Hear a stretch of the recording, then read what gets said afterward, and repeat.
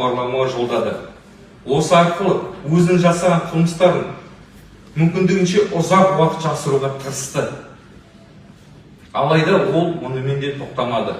Жәбірленушілердің өмірін қиғаннан кейін олардың мүлкін иемденуге көшті. Малдарын сатып, түскен ақшаны өз қажеттілігіне жаратты.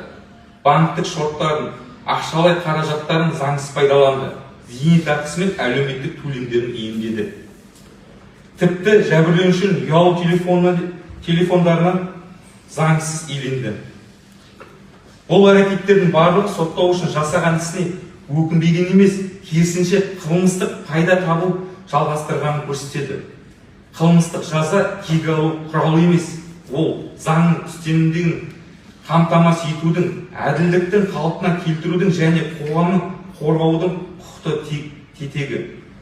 Осыған байланысты сот жаза тағайындау кезінде сотталушының жасаған қылмыстардың ерекше ауырлығын, олардың қасақана жасалғанын, бір-бір отбасын, 4 мүшесінің өмірін қиғанын, қылмыстың ізін жасыруға бағытталған кейінгі әрекеттердің жәбірленушілердің мүлкін заңсыз иемдегенін, сондай-ақ қоғамға келтірген ерекше ауыр зардапты толық ескеру қажет деп есептеймін.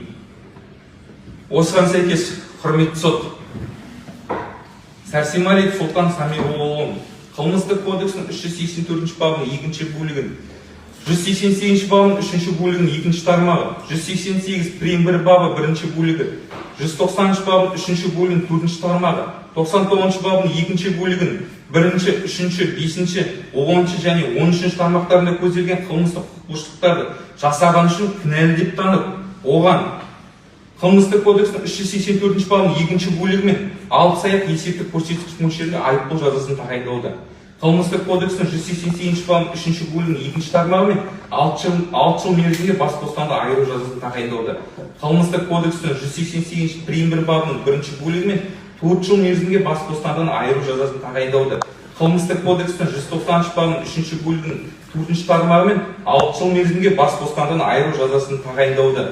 Қылмыстық кодексінің 99 бабының 2 бөлігінің 1, 3, 5, 10 және 13 тармақтарымен өмір бойына бас бостандығынан айыру жазасын тағайындауда.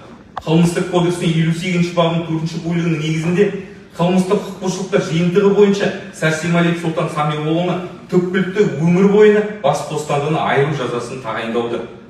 Қылмыстық кодексінің 46 бабының 5 бөлігінің 4 тармағына сәйкес өмір бойына бас бостандығынан айыруға сотталған адамдарға қылмыстық атқару жүйесінің төтенше қауіпсіздік мекемелеріне өтеу тағайындалады. Қылмыстық кодексінің 62 бабының 3 бөлігінің 1 тармағына сәйкес үкім заңды күшіне енгенге дейін күзетпен ұсталған бір күн бас бостандығынан айыру түріндегі жазаны қылмыстық атқару жүйесінің төтенше қауіпсіздік мекемесіне өтеудің бір күн есебімен жаза өтеу мерзімін есептеуді. Сотталушы қолданылған күзетпен ұстау түріндегі бұлтартпау шарасын өзгертусіз қалдыруды. Қылмыстық кодексінің 98 прим. 2 бабына сәйкес сотталушыдан жәбірленушілер өтемақы қорына 30 айлық есептеу. Нақты сіздің тарапыңызда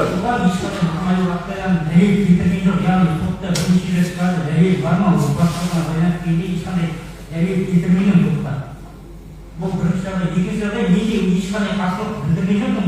Бірден келістім, өйткені олардың мақсаты мүлдем бөлек болатын, оған байланысты емес. Және мысалы ажырасу процесінің сот жүйелері, яғни 90% көбіне отбасыздықпен, яғни қол көтеруге не істейтін шығар, қарамағында. Бұл яғни сот процесін тездететін бірден бір жолы, яғни себебі басқа себеп болса мүмкін ажырастырмас еді, яғни сотта келген адамдар ажырастыра бермейді. Бізге де бірнеше уақыт берді, 3-4 ай мерзім берді, яғни аталатуға мүмкіндік берді. Біз бірақ ол өзіміздің бірге тұрсақ та өз позициямызда қалдық.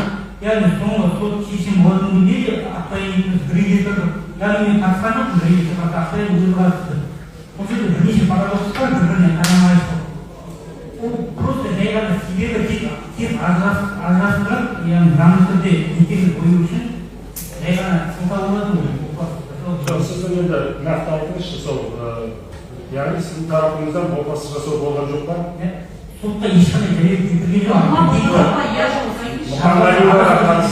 Мұхаммадиеваға қатысты оның көзіне шөп салу бар, опасыздық деп келтірген ғой, жаңа айыптау актісіне. Егер солай болса, біз осы күнге бірге тұрмас едік. Онда оқиға орын алған жоқ па сонымен? жоқ. Онда келіспейсіз ғой, иә? Дәлел жоқ ешқандай, иә, келіспей жағдай қағаз деймін. Жақсы. Түсінікті. Яғни, бірінші эпизод бойынша Мұхаммедке қатысты сіз оны қасақана өлтіру ойыңыз болған жоқ, өзіңіздің қорғану мақсатында ең соңында енді ақиетті деп айтып, сіз солай өзіңіз